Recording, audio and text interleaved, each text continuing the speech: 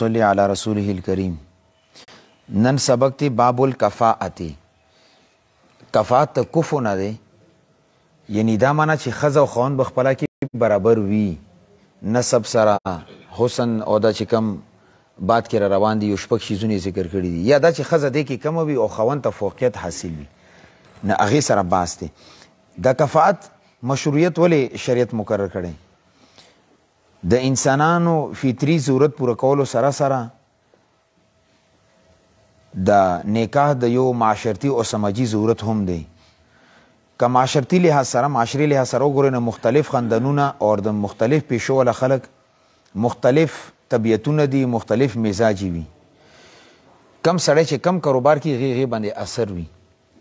روایت کې راغلي پیغمبر علیه الصلاة والسلام فرمایي چې کم سړی اوښان ساتي دی کې به کینه وي، اور کم سړی چې اس ساتي دی کې به تکبر وي، اور چې کم سړی چیلی ساتي نه هغې کې به عجزي وي. نه دې وجې نه د رشتې اور پیشې اور د خاندان دا اثر وي خامخا. اور چونکې د ښځې او خاوند په منځ کې کمه زندګي ده، دا ټول عمر دپاره وي، دې وجې نه دې کې استحکام ډېر ضروري دی. اوس چې کله ښځې او د خاوند طبیعت اور تمدن کې اختلاف وي، نو هغو خپله کې زندګي ګرانه شي اور مشکلات پیدا کیږي، اور کله کله د دې نتیجه جنگ، فساد اور طلاق ته هم ورسیږي. د دې مصلحت د وجې نه نکاح کې د کفاءت لحاظ ساتلی شوی دی چې کم مختلف خاندانونه خپله کې رشته کوي چې هغه خپله کې برابر وي. اور د مسله کفاءت یعنی خپله کې خانداني برابري، دا مطلب هم نه دی چې کم غیر مذاهبو کې رنگ ته کتلی کېږي، نسل ته کتلی کېږي اور کاروبار ته کتلی کېږي، اور هغې وجې نه بعضو ته په بعضو باندې فوقیت وي. خاص کر د هندوستان کې دې کې مختلف قومونه دي. بعضې قومونه داسې دي چې هغه د بل قوم په باره کې سوچ نه شي کولی چې دې کې به زما واده وشي یا به رشته وشي. شریعت ته دې خلاف دی. نو دې وجې نه خانداني برابري اور دې دپاره شریعت خیال ساتلی دی چې دې کې حسن معاشرت یعنی معاشره کې حسن پیدا شي، معاشره کې زندگی تیرول آسان وي. کفاءت لغوي معنا ده برابري، مماثلت، مساوات، همسر اور برابرواله د مختلف معنی کړي دي. او شریعت په اصطلاح کې ویل کېږي والمراد هنا مساوات مخصوصه او کون المرأة ادنا. معنی دا ده چې ښځه او خاوند خپله کې مخصوص شیزونو کې خپله کې برابر اور مساوي وي، دې ته کفاءت ویل کېږي. یا دا چې کفاءت نه دا مراد دی چې ښځه په مخصوص شیزونو کې د نر نه درجې اعتبار سره کمه وي. ټیک شو که نه؟ ولې چې کفاءت کې درنه ښځه اوچته وه که نه، بیا ډېر زیات مشکلات وي. بیا ته غلام وي، درته وایي چې کېنه به، بیا به ناست وي، چې درته وایي چې ودرېږه، بیا به ولاړ وي. دې وجې نه ښځه چې ته کوې هغه به یا تا سره د حسب نسب هر څه کې یا برابر وي یا به درنه کمه وي. ټیک ته بعد کې درته تفصیل بیانوم. شریعت آیا د حدیث په اعتبار سره دې کې څه ثبوت شته که نه؟ او شته دی. جمهور علماو په نسبت باندې نکاح کې د ښځې او د خاوند په منځ کې کفاءت معتبر دی، یعنی برابروالی معتبر دی. یو حدیث کې راغلی سنن دارقطنی حدیث نمبر 3544، پیغمبر علیه الصلاة والسلام فرمایي لا تنکحوا النساء الا الاکفاء، تاسو نکاح ما کوي د ښځو مګر دا چې خان غې کې کفاءت وي. ولا یزوجهن الا الاولیاء، نکاح به ښځې نه تړي مګر اولیاء به تړي. ولا مهر دون 10 دراهم، او مهر به 10 درهمونه کم نه وي. دا مخکې تیر شوی دی. او بل یو روایت دی د سنن کبرا للبهقی حدیث نمبر 14733، پیغمبر علیه الصلاة والسلام فرمایي لا ينکح النساء الا کفوا، ښځه به نکاح نه کي مګر دا چې هغه برابري وي خاندان اعتبار سره، نور اعتبار سره. ولا یزوجهن الا الاولیاء، نکاح به نه تړي مګر دا چې اولیاء سره، یعنی کم چې مشر دی هغه به نکاح تړي، خپله به نکاح نه تړي. هغه بهرحال هغه تفصیل ما تاسو ته کړی دی. او بل روایت کې راغلی د مستدرک روایت دی، روایت نمبر 2686، پیغمبر علیه الصلاة والسلام حضرت علی رضی الله عنه فرمایي ثلاث یا علی لا تؤخرهن، ای حضرت علی دا خبره یا ساته په درو شیزونو کې سستی ما کوه. پهلا نمبر باندې الصلاة اذا آتت، چې کله د مونځ وخت پوره شي دې کې سستی ما کوه، مونځ فورا کوه. والجنازة اذا حضرت، کله جنازه حاضره شي دې کې سستی ما کوي، فورا یې کوه. والأیم اذا وجدت کفوا، او چې کله یو ښځه وي ستا کور کې جینۍ دغه واده ته عمرین تیار دی، هر څه هېڅ مشکل نشته، اور دې کې یوه رشته راغله هغې سره کفو کې برابره ده، دې کې تاخیر مه کوه، دې کې به بیا مشکلات وروسته پیدا کېږي. نو دې وجې نه جمهور علما کرامو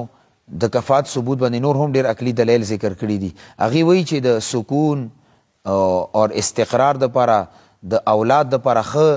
نسب دپاره او د خاندان د نیک کیدلو لپاره نکاح مقاصدو اله دا مقاصد حاصلیږي چې کله د ښځې او خاوند منځ کې محبت وي او مکمل هم آهنګي وي، یعنی خپله کې یو بل سره ذهني برابر وي، اور خپله کې محبت دپاره ضروري ده چې ښځه او خاوند په مال، نسب، دین وغیره کې دا نر د ښځې نه کم نه وي، او که نه احساس برتري یا احساس کمتري وجې نه به د دې نتایج ښه نه وي. که ښځه د اعلی خاندان و، خاوند غریب سړی او د کمزوري خاندان و، نه دا خاوند به د احساس کمترۍ شکار کیږي. دا وایي چې زه داسې خوی ولې نه یم پیدا کړی، نه دې نه به نشکري ته ځي، نشکري بیا نور نقصانات دي، او ښځه به ورباندې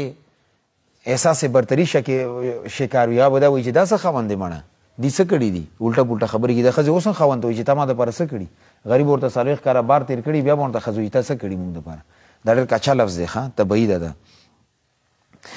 اوس کفات څه دی او د چا حق دی، نه لږ په دې خبره مې انسان پوه کړي. در اصل کې د کفات یعنی برابروالی دا د صرف د نر طرف نه ښځې دپاره معتبر دی، ښځې طرف نه نر طرف نه. یعنی په مخصوص امورو کې نر سړي دپاره د ښځې سره برابریدل ضروري دي چې دا سړی د ښځې سره برابر وي. اور که ښځه د سړي برابر نه وه هیڅ خبره نه ده، ولې چې کفات کې ښځه او د هغې اولیاو دواړو حق دی. که چرې سړی د ښځې برابر وي یا هغه نه ښه وي، نو خلک چې کم د خانداني مشران دي هغو په دې خانداني عزت باندې خوشحالیږي. یعنی چې کله د جینۍ یو غټ خاندان والا ته ودیږي، نو چې د دې کم اولیا دی، پلار دی، تری دی، ماما دی، کاکا دی، تره زمن دی، ماما زمن دی، هغه خوشحالیږي. تاسو کې چې چا رشته د ایم این ای سره ایم پی ای سره کېږي څومره ټوپونه وایي یاره هغه سیاستدان دی، غټ سړی دی، مشهور سړی دی، هغه سره ما رشته وشوه، یا صدر وزیر اعظم هم داسې تصور وکړي. ٹھیک ده کنه، هغه ته سړی خوشحالیږي. ځکه دا شریعت وایي چې دغه کمزوري ښځه یو اعلی سړي ته ځي نو هېڅ خبره نه ده، ولې دا چې کم د ښځې اولیا دي دا خوشحالیږي دې دپاره چې غټ خاندان کې رشته وشي. خو که چېرې په دې مخصوص شیزونو کې دا نر سړی د ښځې نه کم و، نو د ښځې کم اولیا دي د ځان دپاره عار، پیغور، طعنه اور خپل خاندان توهین اعتراض حق دې ته حاصل دی. لہذا کفات کې صرف نر دپاره ضروري ده، یعنی ښځې دپاره د دې شیزونو کې نر نه زیاتوالی ضروري نه ده. او که چیرې داسې وشي که نه چې مثال یو اعلی خاندان والا ښځه ده، هغه یو کمزوري خاندان ته لاړه شي، دا مطلب چې یا چنګاړیان دي یا ډمان دي، یا خاص کر دا مو معاشرې کې دې ته کم نظر سره کتلی کېږي. نه دې که سوچ وکړي بیا د دې خاندان دپاره دا پیغور دی، خلک ورته طعنې ورکړي چې مړه نور څوک نو ته اوس دې ډمانو ته جینۍ ورکړي. نه دې چې نه دا اولیا په دې خفه کېږي، ځکه شریعت ورته ویلي چې یا برابر ورته وګوره یا خاندان د خاوند د دې نه اعلی وګوره. په دې مسلې باندې تاسو پوه شوئ. اوس د کفات کې کمو خبرو ته اعتبار دی. پهله نمبر باندې نسب. در اصل دا نسب داسې شی دی چې دا فخر دی اور پیغور هم دی. که ښه خاندان سره د تعلق دی درته فخر دی، اور که کمزوري نسب سره تعلق دی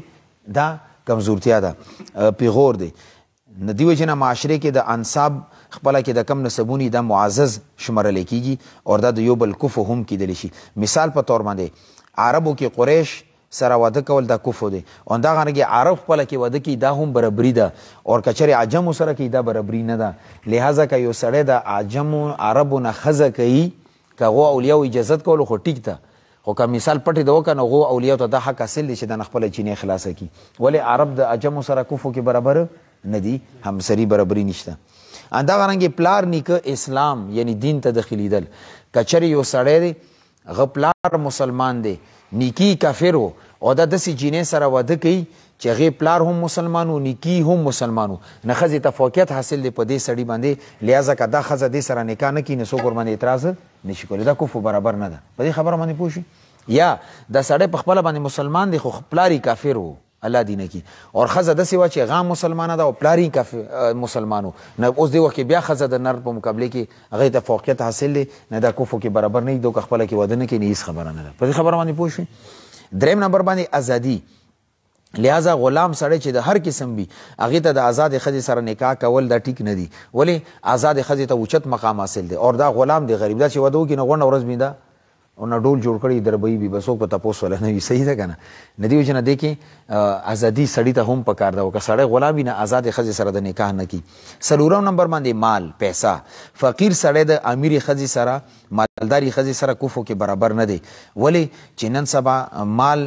د تفاخر او د فخر نورو په مقابلو کې ډیر زیاتې دی کې فخر خصوصا په موجوده زمانه کې دا کفاعت د لپاره بنیادی سبب دی برابروالي د لپاره یعنی مالداري ښځه د غریب سړی نه کوي د مالداري ښځې سمبالول د ډېر ګران کار دی البته دا ذهن کې دا خبره وي چې مالداري کې کفاعت اور بربري ضروري نه ده په دې اعتبار سره چې خاوند د ښځې مقابلې کې مال کم دی ورسره خو خوشحاله زندگی تیری مهر معجل ورسره شته د مغه ټیمې مهر هم ورکړی او نه نفقه ورته ښه ټیټ ورکولی شي دې صورت کې که بیا ښځې سره د خاوند په مقابلې کې مال ډېر وي نو دا به مالداري نه تصور کېږي ولې چې خاوند درته هر څه پوره کړي که نه مهر یې درکړی روزانه چرګان خوري نري غوښه خوري نور څه کوي پاس اسمان ته خو د نشي خیجولی نو که بیا ښځې سره مال زیات وي هېڅ خبره نه دا خاوند سره برابره به شمارلی کېږي بعضو فقهاو دا لیکلي دي چې که چرې ښځه امیره وه او د خاوند غریب دی خو ډېر عزت والا دی مثال په طور باندې بادشاه دی یا قاضي دی یا عالم دی یا مفتی دی نو دې او بیا هغه سره دومره پیسې شته چې نه نفقه پوره کولی شي نو د امیرې ښځې ته به دا کوه یعنی برابروالی شمارلی کېږي دا غریب مولا هغه مالداري ښځې سره بیا نکاح کولی شي ولې دې ته کم عزت حاصل دی هغه بیا هغې ته نشته دی په دې خبره باندې پوه شوې خاص کر موجوده دور کې مقابله د شروع د شهرت چې بچ کم سړي ته زیات شهرت حاصل وي بس خلک مغه پسې منډي وي ټیک ته کنه دا بد چیز دی خو بس معاشره کې عام شوی دی پنځم نمبر باندې دینداری یعنی دیانت چونکه دیندار خلکو د لپاره بيدین او فساق او فجر سره رشتہ کول دا یو پیغور دی دیو جن شریعت د دیانتداری او د دینداری هم په کفو کې شمار حساب کړی دی یعنی د شمارلی دی موجوده دور کې مسلمان کیدلو باوجود دا قتل پکار دی چې د نر سړی گمراه فرقه یا بدعتي جماعت سره خو تعلق نشته در د مخکې ما ویلی دي چې چا سره رشتہ کوي هغه ګوره چې آیا هغې کم جماعت سره تعلق دی دا گمراه خو نه دی ټیک ته که نه ګمرې ډېرې زیاتې فرقې دي چې نومونه یې اخلم نه کېدی شي مستون پرې ختم نه شي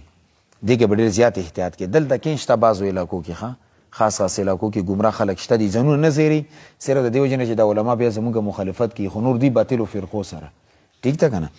دلته ماته جمعیت طلبه اسلام والا ملګرو ویلي چې زموږ اندازې مطابق هنګو کې 900 قادیانان شته دي تقریبا خو پټ دي ځان نه زیري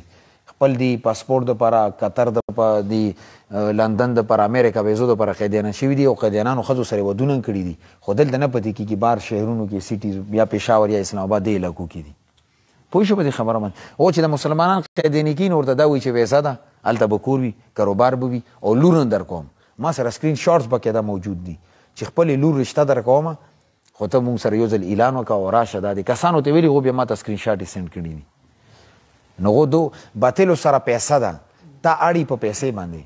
او موږ سره غربت دی خو حق دی نه چې حق سینې سره لګې در باندې به امتحانات راځي او چې باطل لګې به بیا سبانه بادشاهي خو امیر مولا به درنه جوړي ټیک شو که امریکا کې په بانګلې کې ناست وي خو آخرت ته برباد دی نه څه په دې خبره باندې پوه شو دې کې ډېر زیات احتیاط کوي رشته کې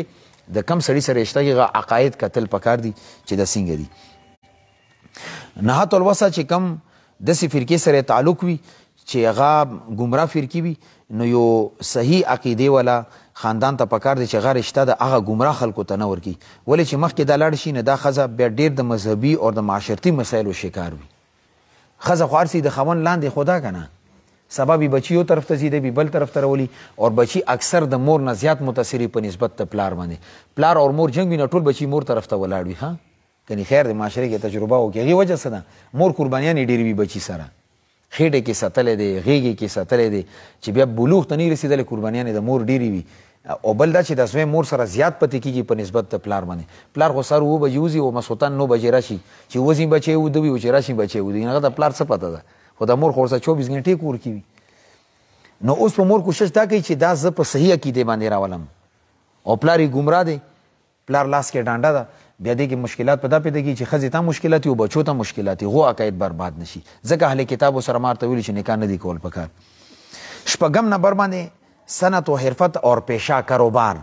عام طور باندې حجام یعنی چې کم د نیان دي دوبي شو رنګساز جولا اور ورسره دې سره د ډمان وغیره دا د یو غټ پیشې والا خاندان ښځې سره کفو کې یعنی برابروالی نشي کېدلی البته دو خپله کې یو بل سره نکاح کولی شي ډم د ډمې سره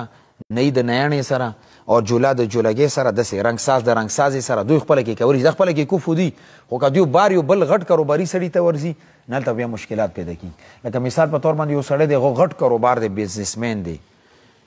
فور ایگزامپل دا به چې زرګر دی د سرو زرو سپینو زرو کاروباري دی اور هغه ته د نئی خاندان والا ورته وایي چې تا لور مونږ کول غواړو نو څه خیال د زرګر به ورته لور ورکړي اب ورته تا کاروبار ډېر کمزوری دی نشو کولی مونږ ته عار دی پیغور دی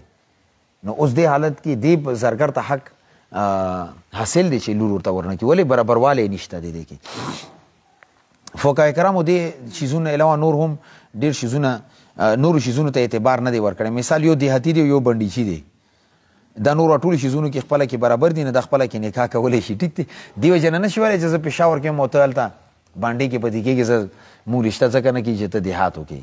دیهات اور شهر خو زه خپله کې مقابله نشي کېدلی حسن او جمال ته اعتبار نشته دی چې یاره دا ډېر ښکلی دی او دا ډېر زیات تور دی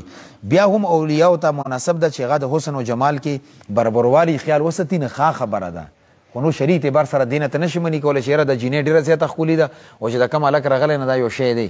وی دی نو بس الله پاک پیدا کړی لقد خلقنا الانسان فی احسن تقویم الله پاک فرمایي چې دا ټولې دنیا انسانان مخکولي پیدا کړي دي زه کله کله دې آیات باندې سوچ کوم یو ډېر لکه بدصورته کس وګورم نو یو خو دا دعا ویل پکار دی الحمدلله الذي عافانی مما ابتلاک به وفضلني على كثير ممن خلق تفضیلا مزور وګورئ ړوند وګورئ کوږ وګورئ دا دعا ویل پکار دی چې الله ما باندې د کرم کړی چې زه د صحیح پیدا کړم خو بیا والله تاسو د آیات وګورئ لقد خلقنا الانسان فی احسن تقویم چې د انسان ما ډېر ښه سانچې کې چولی هغه بدن کې به یو شیز داسې وي چې هغې کې به ډېر کشش وي الله پاک پیدا کړی د انسان ښکلی دی یو ځای به بدرنګ وي خو بل ځای به الله پاک ورکې ښکلی پیدا کړی وي نو دې وجې نه انسان ته حقارت په اعتبار سره نه کتل پکار خو اولیاو ته پکار دغه ده چې د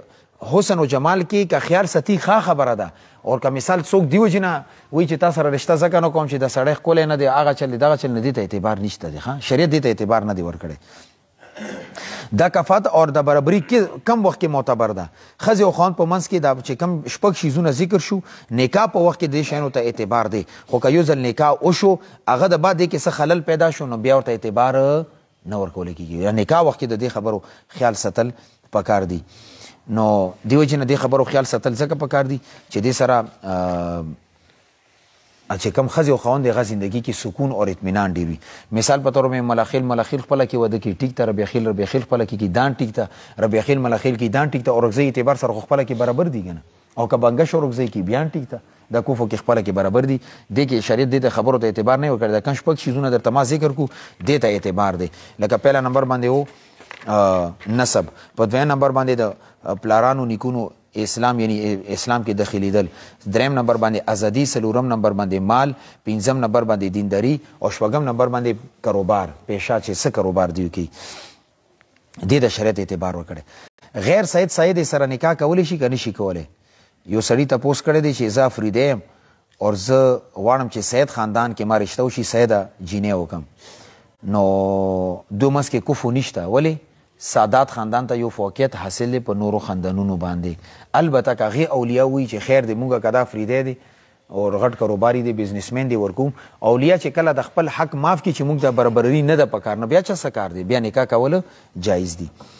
عالم نکاح د غیر عالم سره دې څه اعتبار دی نو شریعت د علم اور جهل بذات خود دی امورو ته څه اعتبار کفات کې اعتبار نه دی ورکړی خو بیا هم کچرې د الګ ته دا دینی احکامو کې غفلت نه کار اخلي او فسق و فجور کې مبتلا دی نو بیا یو دینداری پلار ته خپله نیکه جینۍ هغه سره نکاح کې ورکول کفو اعتبار سره برابره نه ده لہذا نه دی ورکول پکار البته که هغه خاندان والا جینۍ خاندان والا اولیاء دا یو خپل حق دی که هغوی ورکوي رضامندي کوي نو بیا دا نکاح جایز ده ټیک شو که نه خو دا ځان له خبره ده چې علم اور د فضیلت اعتبار سره چې کم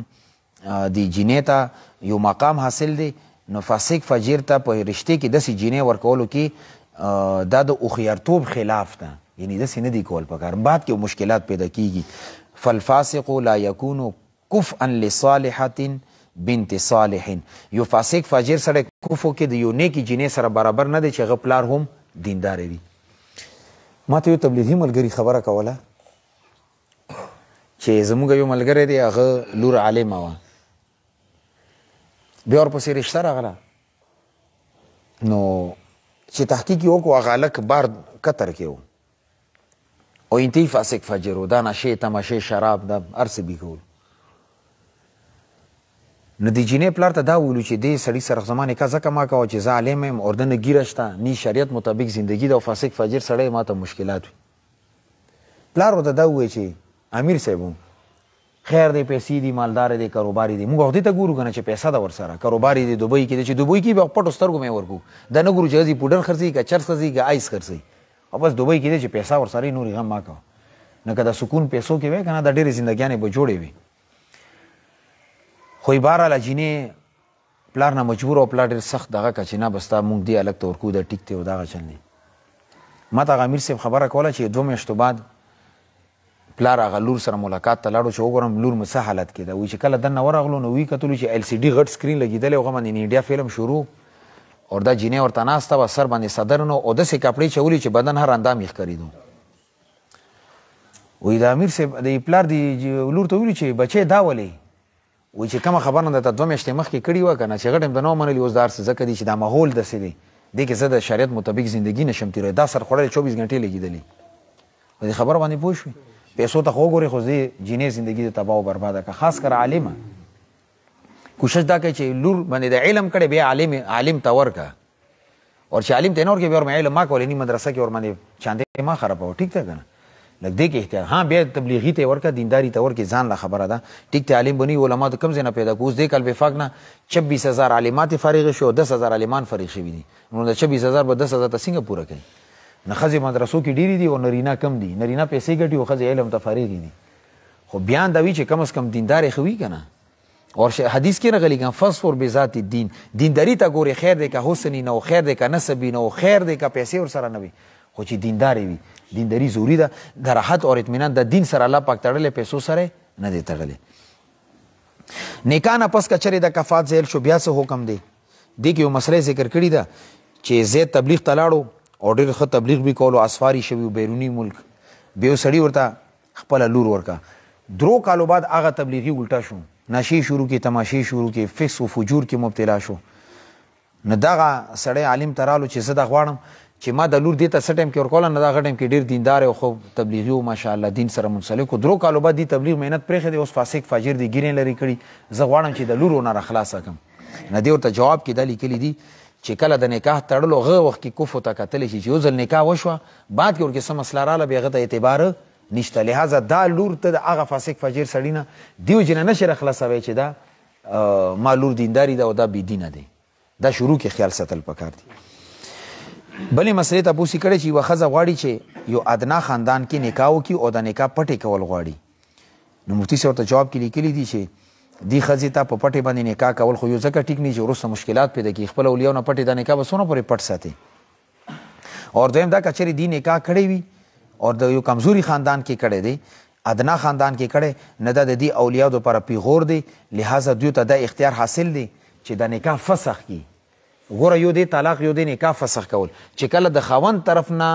نکاح ښځې او خاوند کې جدایي راشي دا طلاق ده اور که د ښځې طرف نه جدایي راله دې ته نکاح فسخ نکاح ویلې کېږي تنسیخ نکاح ډیګري عدالت ورکي البته دا ښځه به اوس دینه خلاصوي څنګه هغې دپاره به دا عدالت کې کیس دایر کړي اور جج ته به دا ووایي چې دې ښځې دې خاندان کې کم خاندان کې نکاح کړی دا نکاح د خاندان کمزوری دی زه غواړم چې ما د لور د دې نه خلاصه کړی شي نو بیا به عدالت هغه فیصله وکړي تنسیخ نکاح ډیګري به ورکړي دا به عدت تېر کړي بل ځای کې بیا دا نکاح کولی شي نو هغې دپاره به بیا عدالت ته رجوع کوي چې قضي کومه فیصله وکړي هغه فیصله معتبر ده نه دې خبرو کې د کفو کې برابروالي کې دې خبرو خیال ساتل پکار دي چې وروسته مشکلات پیدا نشي بل پرون ما یو مسله ذکر کړې وه ملګرو ذهن کې شک و چې که خوب کې یو سړی خپلې خواښي ته اور یا لور ته لاس یوسي نو هغه سره حرمت مسارت ثابتېږي هغه مطلب ده نه چې خوب وګوري خوب په حالت کې شهوت سره ګوتې یوسي دا مطلب دی مثال په طور باندې علماو دا لیکلي چې کله د لور د 9 کالو شي نو دا به د خپل زوی نه د بسترې نه جدا کړي ولی د جینۍ مشومې د کم از کم بلوغ عمر فقهاو 9 کاله ذکر کړی دی نو اوس که مثال په طور باندې د 9 کالو جینۍ ده لور ده پلار ځان سره اوده کړه اور خوب په حالت کې هغې باندې شهوت کې لاس وولو خوب په حالت کې دا چې ورسره بستره کې پرته ده د هغې ګرموالی محسوس کو یا العیاذ بالله یو نیم بل حرکت یې وکړو نه دې وجې نه خپله ښځه ورباندې حرامېږي دا مطلب دی نور دا چې خوب کې وکتله سفیان ثوري رحمت الله علیه ته یو سړی راغلو ورته یې چې ډېر خطرناک خوب مې کتلی دی سخت پریشان و وی ولې وی ما کتلو چې زه خپلې مور سره خوب کې لګیا یم زنا کوم. نغور د جواب کې وفرمیلو چې تا ته به مور نه ډېره غټه فایده میلاو شي. اور د زبیده چې د هارون رشید کور والا ده دی خوب کتلی و چې زه یو ځای کې بار ولاړ یم او د ټولې دنیا خلک راځي ما نه خپل ضرورت پوره کوي. نه سهار خپل غلام ته ویلي چې لاړ شه سفیان سوري رحمت الله علیه نه تپوس وکړه چې ما داسې ګډوډ خوب کتلی دا ټولې دنیا خلک ما نه خپل ضرورت پوره کوي. نو سفیان سوري رحمت الله علیه په دې کې ډېر زیات ماهر و. ابن سیرین رحمت الله علیه ابن سیرین رحمت الله اور د جواب کې وفرمیلي چې تا نه به الله پاک یو داسې کار واخلي چې د ټولې دنیا خلکو ته به دغه فایده رسیږي. نه زبیده نه بیا الله پاک دا کار واخیستلو چې مکې مکرمه کې د اوبو ډېر تکلیف و.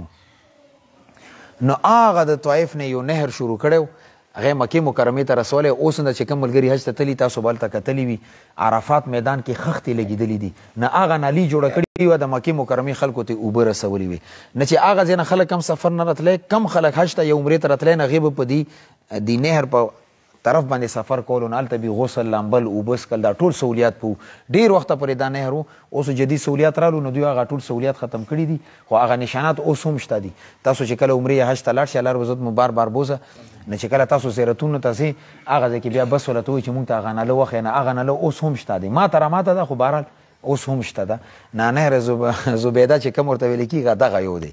نه بعضې وخت کې خوب سړی داسې وګوري هغې دا تعبیر نه نو خوب کې کتلو سره حرمت مسارت نه ثابتېږي بلکې هغه مطلب ده چې خوب په حالت کې چاته نایم چې شریعت کې ورته ویل کېږي که هغه لاس واچولو نو هغه ته هم د حکم یعنې حرمت مسارت حکم متوجه دی. الله عزت موږ ته څه دی خبر